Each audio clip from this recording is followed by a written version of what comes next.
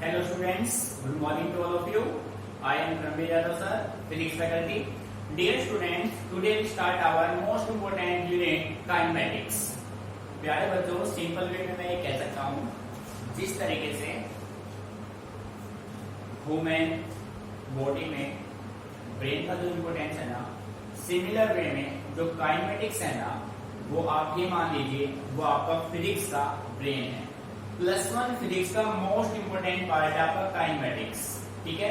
तो बेटे कॉम्पिटिशन में भी यहाँ से 4 से 5 क्वेश्चन मींस 20 मार्क्स तक काइनेमेटिक्स से पिक किए जाते हैं, चाहे आप आईआईटी की बात करें, चाहे आप नीट की बात करें, पीएमटी की बात करें, एम्स की बात करें, ठीक है। सो हर तरीके से बोर्ड लेवल से भी, कंपटीशन लेवल से भी, हर तरीके से काफी इंपोर्टेंट टॉपिक है, ठीक है। सो बेटे इस यूनिट को समझ कर लेते हैं, कंप्लीटली प्रैक्टिकली है, कुछ भी रट्टाफिकेशन नहीं है। आपको अपने कंसेप्ट को क्लियर यहाँ पे करना है। आप जो भी डेली लाइफ में जो भी थिंग्स हैपन होते हैं उन सब के पीछे फिजिक्स है, ये हम पहले डिस्कस कर चुके हैं। अब इन सब में काइनेमेटिक्स यूज हो रहा है और कैसे काइनेमेटिक्स का यूज है वो हम यहाँ पे आप डिस्कस करेंगे, ठीक है। सो बेटे आज अपना सेकंड यूनिट हम स्टार्ट करते हैं +1 का यूनिट सेकंड, और यूनिट का नाम आपका है काइनेमेटिक्स। काइनेमेटिक्स, ठीक है बेटे। काइनेमेटिक्स में सबसे पहले हम स्टार्ट करते हैं इसका पार्ट 1। पार्ट 1 आपका होगा यूनिफॉर्म मोशन। यूनिफॉर्म मोशन, ठीक है। सो प्यारे बच्चों, अच्छा यूनिट है, बिल्कुल कंसेप्चुअल है, इंटरेस्टिंग है बिल्कुल, ठीक है। तो चीजों को समझ कर लेना है, आपको रटने की कोशिश गलती से भी नहीं करनी है, और हम आपको हर एक स्टेप पे प्रूव करेंगे कि किस तरीके से आप डेली लाइफ में फिजिक्स का यूज ले रहे हैं, ठीक है। अभी तक आप चीजों का यूज कर रहे हैं पर आपको पता नहीं है कि इसमें फिजिक्स कहाँ पे लगी हुई है। तो अब आप +1 में जो भी टॉपिक स्टडी करेंगे ना, सभी आपके डेली लाइफ से रिलेटेड है, और हर एक पॉइंट पे हम आपको प्रूव करेंगे कि ये फिजिक्स अपने डेली लाइफ में यूज हो रहा है, ठीक है।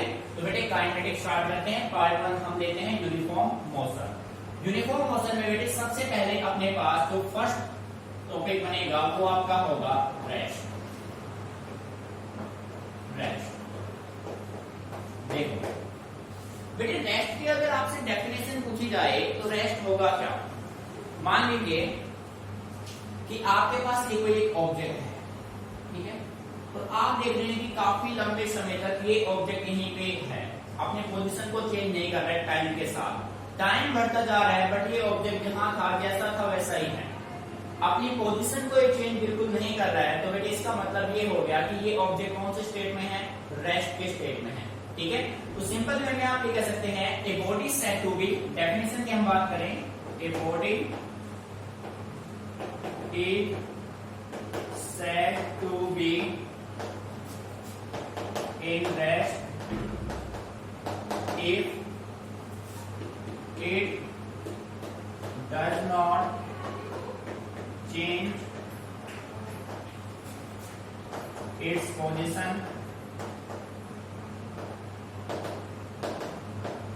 with time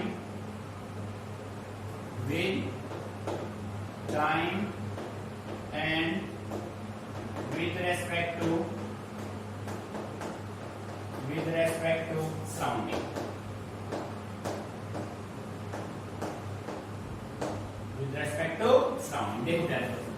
अगर कोई ऑब्जेक्ट टाइम के साथ या सराउंडिंग के साथ अपने पोजीशन को चेंज ना करे तो वो ऑब्जेक्ट इसमें होगा, that object is said to be in the state of rest. Meaning समझ में आ रहा है? वो ऑब्जेक्ट आपका होगा रेस्ट में। आप मान लीजिए आपने एक बुक लिया, तो उस बुक को आपने टेबल पे रख दिया, तो बेटे टेबल पे जब तक आप उसमें कोई एक्सटर्नल फोर्स नहीं लगाएंगे वहां से नहीं जाएगा, तो इसका मतलब वो book lying on the table is in the state of rest, ठीक है। तो आप कह सकते हैं फॉर एग्जाम्पल ए बिल्डिंग, कोई एक बिल्डिंग है, ठीक है, कोई भी बिल्डिंग है वो परमानेंटली मान लीजिए वहीं पे है, जब तक आप उसमें कुछ एक्सटर्नल फोर्स एक्ट नहीं करेंगे वो अपने पोजीशन से डिस्प्लेस नहीं होगा, ठीक है। तो मीनिंग समझ में आ गया। यदि कोई ऑब्जेक्ट टाइम के साथ सराउंडिंग के साथ अपने पोजीशन को चेंज ना करे तो बेटे वो कौन से स्टेट में होगा, इन द स्टेट ऑफ रेस्ट। अब इसी का जस्ट रिवर्स कर लेते हैं बेटे। यहाँ पे अगर हम जो हमने लिखा है डज नॉट चेंज, यहाँ पे मैं नॉट वर्ड को रिप्लेस कर दूं, नॉट वर्ड को रिप्लेस कर दें तो ऑब्जेक्ट रेस्ट से किस में आ जाएगा, मोशन में। ठीक है, तो नेक्स्ट अपना हेडिंग बनेगा मोशन। मोशन, सो आप कह सकते हैं a body is said to be in motion if it changes its position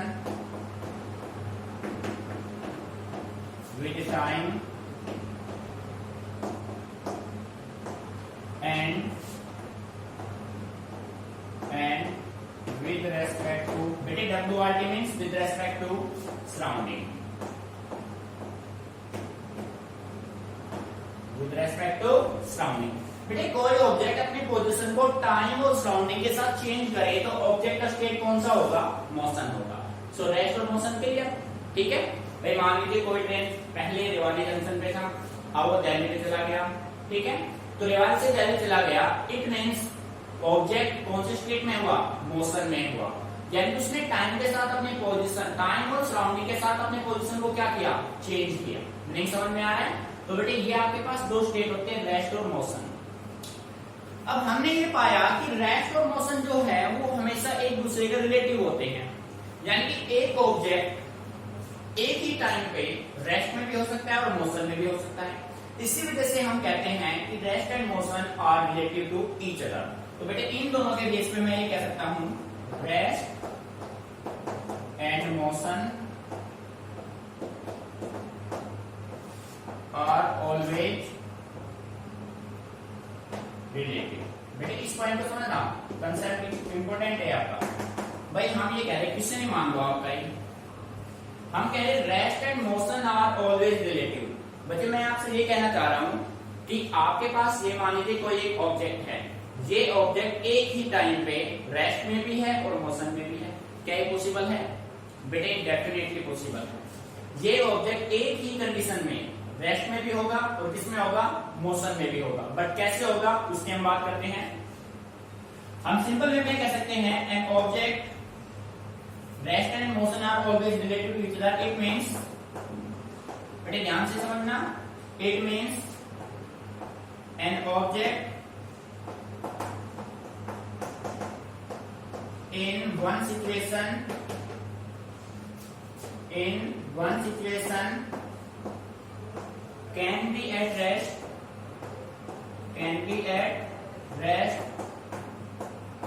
but in another situation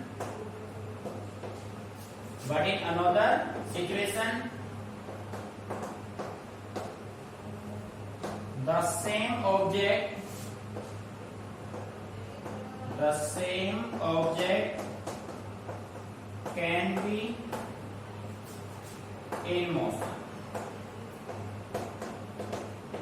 बेटे देखो, हम आपसे ये कह रहे हैं कि एक ऑब्जेक्ट एक ही टाइम पे दोनों पोजीशन में है, वो रेस्ट में भी है और मोशन में भी है, तभी हम कह सकते हैं कि rest and motion are relative to each other. अब बेटे देखो, हमने कहा it means an object in one situation can be at rest. पहले कंडीशन में, फर्स्ट सिचुएशन में ऑब्जेक्ट अपना किसमें है, रेस्ट में। But in another situation, second situation में सेम ऑब्जेक्ट आपका किसमें आ गया, मोशन में। अब डेफिनेशन से आप इतने अच्छे से क्लियर नहीं हुए होंगे। अब इसको प्रूव करने के लिए हम एक एग्जांपल भी कर लेते हैं। और बेटे एग्जांपल हमने ले लिया, इसके लिए हम एक एग्जांपल ले लेते हैं। बेटे पहले आपको डेमोन्स्ट्रेट में कर देता हूं। देखो, आप मान लीजिए आप में से कोई दो स्टूडेंट एक मूविंग ट्रेन में बैठे हैं, ठीक है। बेटे ध्यान से सुनना, एक कोई ट्रेन मूव कर रहा है, उस मूविंग ट्रेन में दो स्टूडेंट आमने सामने बैठे हुए हैं, ठीक है, आपस में एक दूसरी तरफ फेस कर रखे हैं दोनों ने। अब ये ट्रेन चल रहा है, ट्रेन किसमें है, मोशन में है। अब ये दोनों स्टूडेंट एक दूसरे के रेस्पेक्ट में किसमें है, रेस्ट में है। भाई दोनों जहां पे वहीं पे है, मोशन में कौन है, ट्रेन है, ठीक है। अब दोनों स्टूडेंट एक दूसरे के रेस्पेक्ट में है, रेस्ट में।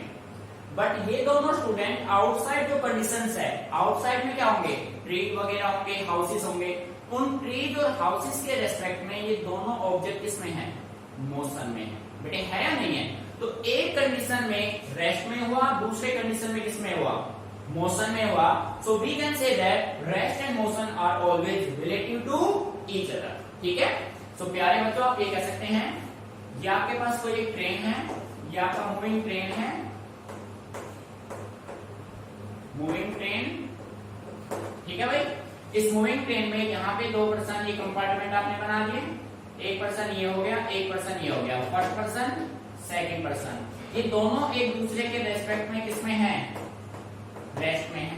बेटे ध्यान समझना, person first and second both student are at rest with respect to each other. अब आउटसाइड में यहाँ पे ये ट्री है, बेटे ये सारे क्या है, ये ट्री है, ट्री, ये भी क्या है, ट्री। अब इन ट्री के रेस्पेक्ट में ये दोनों पर्सन किसमें है, ये दोनों पर्सन किसमें हो गए, मोशन में।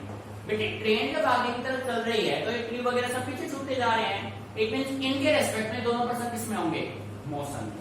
नहीं समझ में आया, क्लियर है एवरीवन? सो बेटे अब हम इजीली राइट कर सकते हैं एग्जांपल को। ठीक है, हमने एक एग्जांपल से इसको डेमोंस्ट्रेट किया कि रेस्ट और मोशन एक दूसरे के क्या होते हैं भाई, रिलेटिव होते हैं। ठीक है, सो बेटे एग्जांपल आप ले सकते हैं यहाँ पे, let two person sitting inside a moving train are in rest with respect to each other but are in motion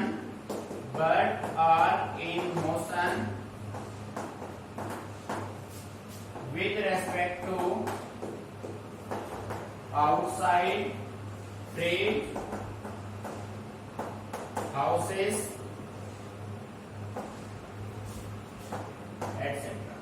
देखो बेटे कंसेप्ट तो समझ के चलना है, प्रैक्टिकली लेना चाहिए और डेली लाइफ से रिलेट करना है। पूरे काइनेमेटिक्स में हम डेली लाइफ को यूज करके दिखाएंगे आपको फिजिक्स में। ठीक है, आपने मान लिया कि दो पर्सन ट्रेन में बैठे हैं, बेटे दो पर्सन जो सिटिंग है दोनों का वो एक दूसरे के रेस्पेक्ट में क्या होंगे, रेस्ट में, बट आउटसाइड में जो ट्री हाउसेस है उनके रेस्पेक्ट में किसमें होंगे, मोशन में होंगे।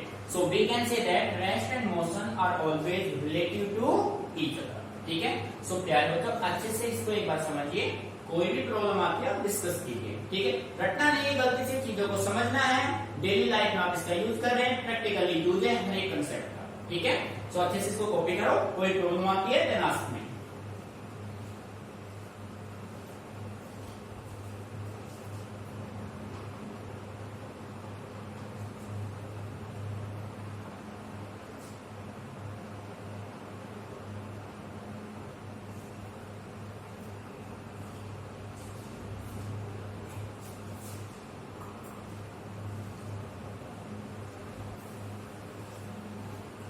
बेटे कॉपी हो गया होगा। ठीक है, अब इसको रख कर देते हैं। बेटे rest and motion clear. So now we talk about point object, right. बेटे कोई भी ऑब्जेक्ट पॉइंट ऑब्जेक्ट या पार्टिकल कब होगा, ठीक है, जब आप स्टडी करते हैं बेसिकली फिजिक्स में या केमिस्ट्री में आप बार बार एक वर्ड यूज करते हैं, particle, point object, particle word ज्यादा यूज करते हैं। बेटे एक्चुअली में पार्टिकल होता क्या है, ठीक है, तो उसकी हम बात करते हैं, पार्टिकल और पॉइंट ऑब्जेक्ट होता क्या है। बात तो समझिए ध्यान से, पॉइंट ऑब्जेक्ट और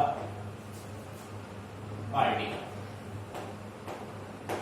पॉइंट ऑब्जेक्ट और पार्टिकल। देखो बेटे पहले आपको अच्छे समझाते हैं एग्जांपल से। आप भाई अर्थ मान लीजिए, आप अर्थ से हैं, मान लेते बेटे एक्चुअल में हम अर्थ पे ही हैं, ठीक है। आप अर्थ के सरफेस से मून को ऑब्जर्व कर रहे हैं। बेटे जब आप अर्थ के सरफेस से मून को ऑब्जर्व करेंगे तो मून आपको छोटा सा दिखाई देगा। क्या एक्चुअलिटी में जो साइड आपको दिखाई देता है मून का साइड एक्चुअल में वही है? ऐसा बिल्कुल नहीं है। आपको मून बिल्कुल छोटा सा दिखाई दे रहा है, ठीक है, पर एक्चुअलिटी में उसका साइज जो आपको दिखाई दे रहा है वैसा नहीं है, लार्ज साइज है, ठीक है। तो बेटे हम ये कह सकते हैं कोई भी ऑब्जेक्ट, आप देखिए आप अच्छे से क्लियर है, फर्स्ट मिनट में आपने स्टडी किया था, the distance between the earth and moon is equal to 3,84,000 kilometre, ठीक है बेटे। अब देखो जो उसका साइज है यदि ऑब्जेक्ट का साइज और जिस डिस्टेंस से आप उसको ऑब्जर्व कर रहे हैं size very very less than हो, किससे? डिस्टेंस अंडर कंसीडरेशन से, तो बेटे ऑब्जेक्ट कैसा ऑब्जेक्ट होगा? पॉइंट ऑब्जेक्ट होगा, पार्टिकल होगा। बात समझ आ रही? अब देखो, मान लीजिए अब आप बैक बेंच से, एक तो फर्स्ट बेंच से आप इस बोर्ड को ऑब्जर्व करें, या आप मान लो ये हमने एक स्क्वायर बना दिया, आप एक तो इसको ऑब्जर्व करें फर्स्ट बेंच से, एक आप उसको ऑब्जर्व करें लास्ट बेंच से, या आप इसको ऑब्जर्व करें 100 मीटर के डिस्टेंस से। क्या बेटे हर एक प्लेस पे आपको साइज सेम नजर आएगा? ऐसा बिल्कुल नहीं होगा। जैसे जैसे आप डिस्टेंस इंक्रीज करते जाएंगे, जहां से आप ऑब्जर्व कर रहे हैं इसका साइज क्या होता चला जाएगा? डिक्रीज होता चला जाएगा। नहीं समझ में आ रहा है ना? तो बेटे सिंपल वे में मैं ये कह सकता हूं, यदि किसी ऑब्जेक्ट का साइज उसके distance under consideration, distance under consideration means जहां से आप उसको ऑब्जर्व कर रहे हैं वो डिस्टेंस साइज के कंपैरिजन में वेरी लार्ज है, तो पॉइंट जो ऑब्जेक्ट आपका होगा वो ऑब्जेक्ट कैसा होगा? पॉइंट ऑब्जेक्ट और पार्टिकल। मीनिंग समझ में आ गया? तो बेटे अब डेफिनेशन देके चलते हैं, फिर एक एग्जांपल से इसको प्रूव करेंगे। चीजों को समझना है ध्यान से। देखो, an object A said to be point object or particle, point object or particle if its size is very small as compared to distance under consideration, as compared to distance under consideration। अब ये definition से आपको इतना clear नहीं हुआ होगा, जब तक आप एग्जांपल से उसको चेक नहीं करेंगे वो तो क्लियर नहीं होगा। तो हम इसको एक एग्जांपल से प्रूव करते हैं। एग्जांपल आपने लिया, moon is a point object for an observer on Earth surface, but not for an observer on moon surface. So क्या है, ध्यान दीजिए बेटे। देखो हमने ये कहा कोई भी ऑब्जेक्ट पॉइंट ऑब्जेक्ट कब होगा? जब उस ऑब्जेक्ट का साइज डिस्टेंस अंडर कंसीडरेशन से वेरी क्या हो? स्मॉल हो। ठीक है, जैसे बेटे अगर आप मून को, यदि आप मून को अर्थ के सरफेस से चेक करेंगे तो मून आपको एक पॉइंट ऑब्जेक्ट नजर आएगा। छोटा सा नजर आता है ना? क्या एक्चुअल में वो छोटा सा है? नहीं है। और अगर इसी मून को आप मून के सरफेस से चेक करेंगे, क्या आपको पॉइंट ऑब्जेक्ट नजर आएगा? बिल्कुल नहीं आएगा। बात समझ आ रही? सिमिलर एग्जांपल, आप अर्थ के सरफेस से अर्थ को देखो, एंड दिखाई नहीं देता है भाई, बहुत बड़ा दिखाई दे रहा है। और इसी अर्थ को आप स्पेस में जाके चेक करो, तो स्पेस में जब आप इसको देखेंगे तो आपको एक पॉइंट ऑब्जेक्ट छोटा सा नजर आएगा। बिल्कुल बात समझ आ रही है? तो बेटे आप ये कह सकते हैं यदि किसी ऑब्जेक्ट का साइज उसके डिस्टेंस अंडर कंसीडरेशन से वेरी स्मॉल है, then the object is said to be point object. Meaning अच्छे से क्लियर? तो बेटे अच्छे से इसको कॉपी करो। अब हम स्टडी करते हैं टाइप्स ऑफ मोशन।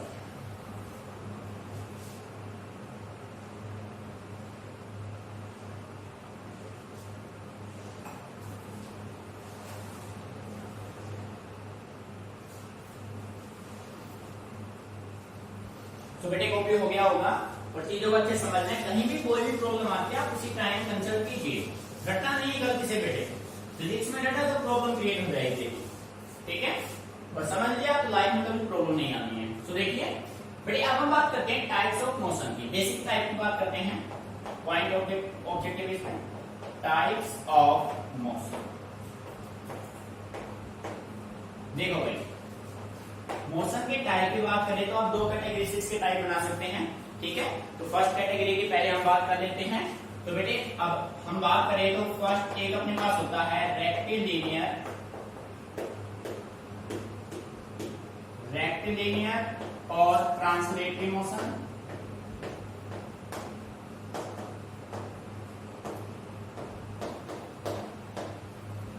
बेटे सेकंड आपका होता है सर्कुलर और रोटेटरी मोशन।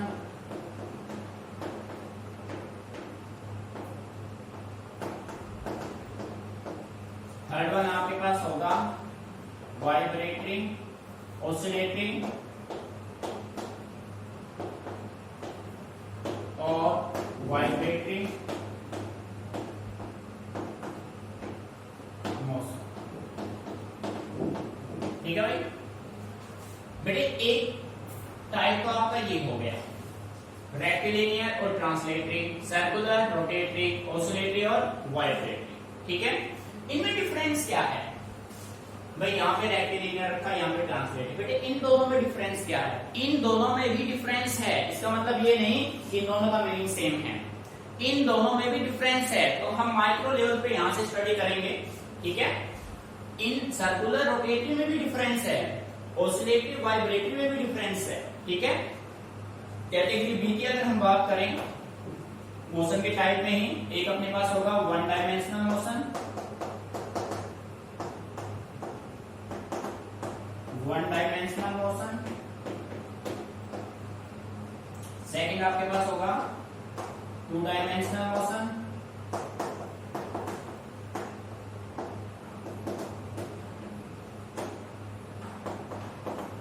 बेटे थर्ड वन आपके पास होगा three dimensional motion.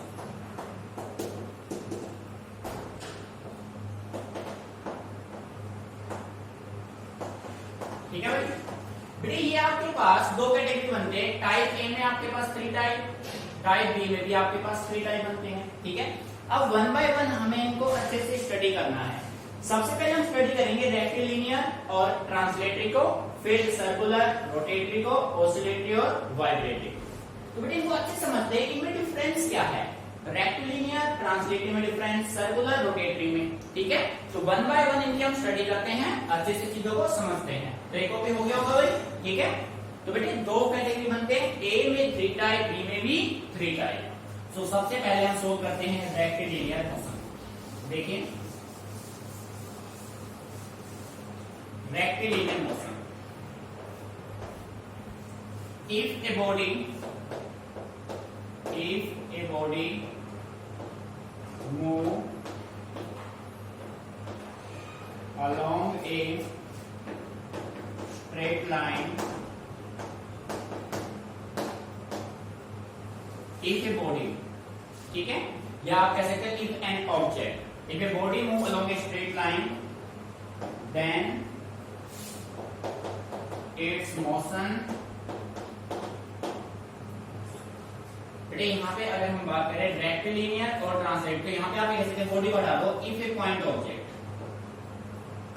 If a point object, देखो माइक्रो डिफरेंस बता देते हैं यहाँ पे। If a point object move along a straight line, then its motion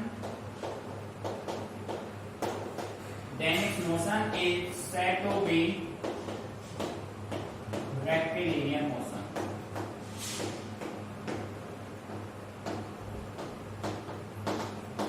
ठीक है बेटे, देखो यहाँ पे मेन वर्ड आपका ये है point object. If a point object move along a straight line, then its motion is said to be linear motion. बेटे पॉइंट ऑब्जेक्ट वर्ड आ गया, पॉइंट ऑब्जेक्ट आपको अच्छे से क्लियर है।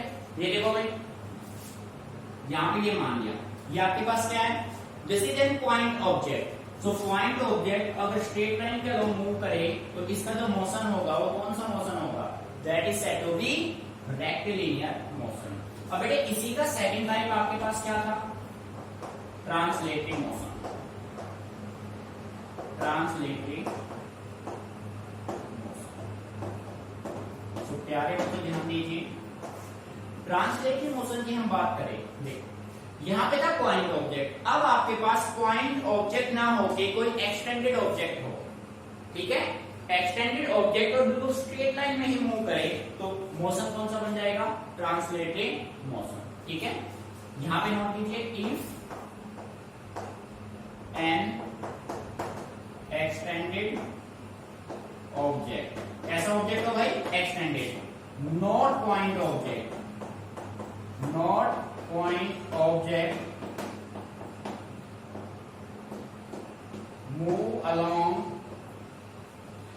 move along a straight line, move along a straight line when its motion is said to be translating motion।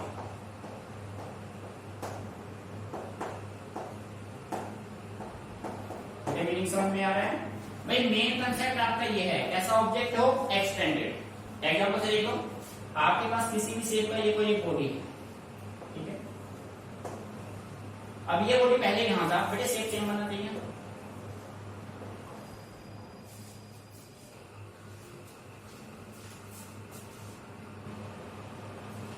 देखो बेटे, translative motion में आप मान लीजिए आपके पास कोई ये बॉडी था इस शेप का, ठीक है,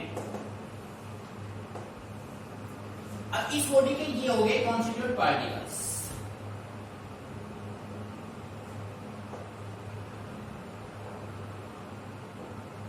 ये बिल्कुल स्ट्रेट लाइन चले। भाई आपने किया क्या बेटे, ये जो बॉडी है ना, ये आपके छोटे छोटे पॉइंट ऑब्जेक्ट से मिलकर बना हुआ है। अब जैसे बॉडी स्ट्रेट पाथ में जाएगा तो इसमें सभी कॉन्स्टिट्यूट पार्टिकल्स जो होंगे वो भी स्ट्रेट पाथ में ही जाएंगे। अब ये जो बॉडी है वो पॉइंट ऑब्जेक्ट ना होके कैसा बॉडी है, extended body.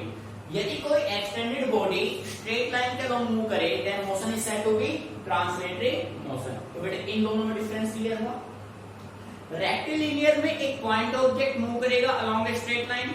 In case of translatory motion not point object but N extended object move along a straight line. बेटे ये बेसिक डिफरेंस है दोनों में। यदि एक पॉइंट ऑब्जेक्ट स्ट्रेट लाइन में जाएगा तो वो बनेगा रेक्टिलिनियर, यदि कोई एक्सटेंडेड ऑब्जेक्ट स्ट्रेट लाइन में जाएगा तो वो बनेगा ट्रांसलेटरी। First type clear? बेटे सेकंड इसका यहां पे ले लेते हैं। सेकंड देखो, सेकंड टाइप आपका बनेगा सर्कुलर मोशन। सेम कंडीशन में होगा सर्कुलर मोशन, ठीक है। तो डेफिनेशन की हम बात करें तो हम कह सकते हैं if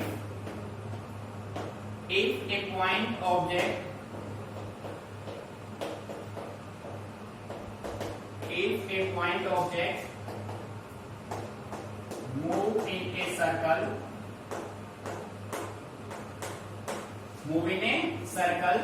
then its motion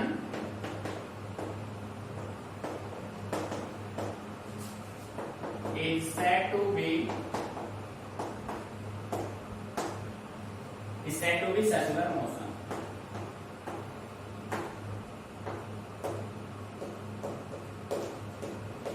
बेटे ध्यान दीजिए, सेम कंसेप्ट यहां पर रहेगा। अगर कोई पॉइंट ऑब्जेक्ट, कैसा ऑब्जेक्ट बेटे, पॉइंट ऑब्जेक्ट, ये मान लो यहां पे आपने कोई पॉइंट ऑब्जेक्ट ले लिया। अब ये पॉइंट ऑब्जेक्ट कैसे पाथ को फॉलो करेगा, सर्कुलर पाथ को, ऐसे। बात समझ आ रही है?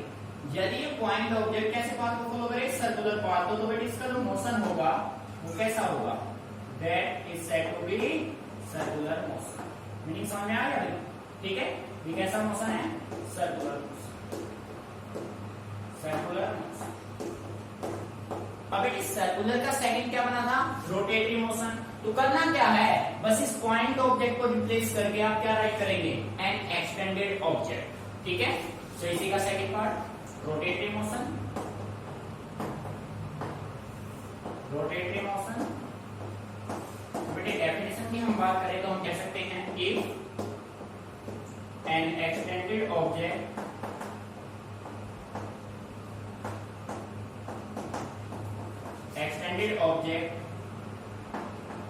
move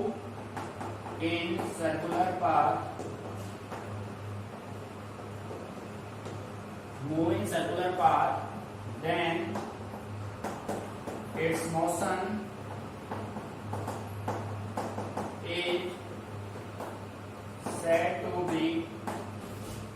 rotative motion.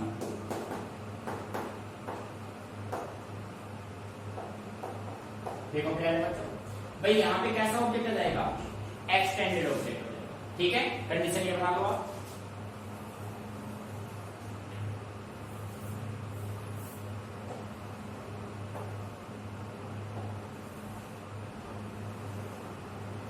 बेटे ये है आपके पास, this is axis of rotation.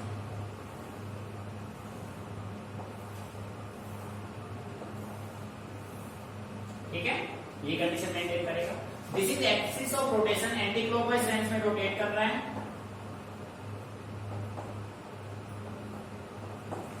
नहीं समझ में आ रहा है? तो बेटे जब कोई एक्सटेंडेड ऑब्जेक्ट सर्कुलर पाथ को फॉलो करेगा ना, तो उसका जो मोशन होगा वो कैसा होगा, that motion is said to be rotatory motion. मैंने एक अच्छे से क्लियर, अच्छे से कॉपी कर लो, कोई भी पॉइंट समझ में नहीं आ रहा है तो उसको डिस्कस करते हैं। ठीक है, अब बेटे लास्ट टाइप चलते हैं, थर्ड टाइप जो आपके पास है। थर्ड टाइप आपका बनेगा वाइब्रेटरी और ऑसिलेटरी।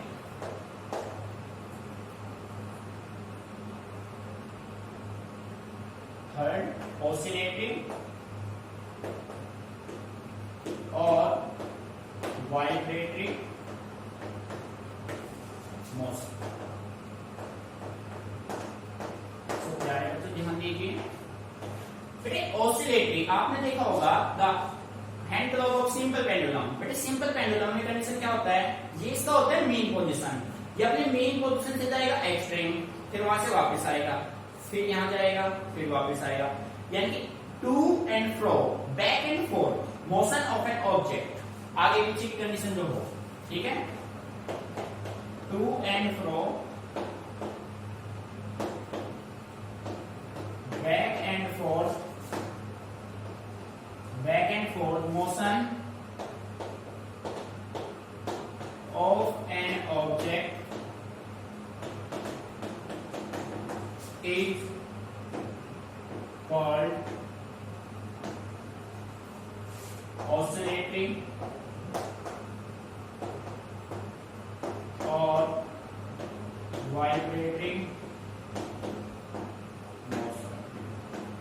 बेटे बेस्ट एग्जांपल इसका है, एग्जांपल आप ले सकते हैं सिंपल पेंडुलम का, हैंड और क्लॉक ऑफ सिंपल पेंडुलम।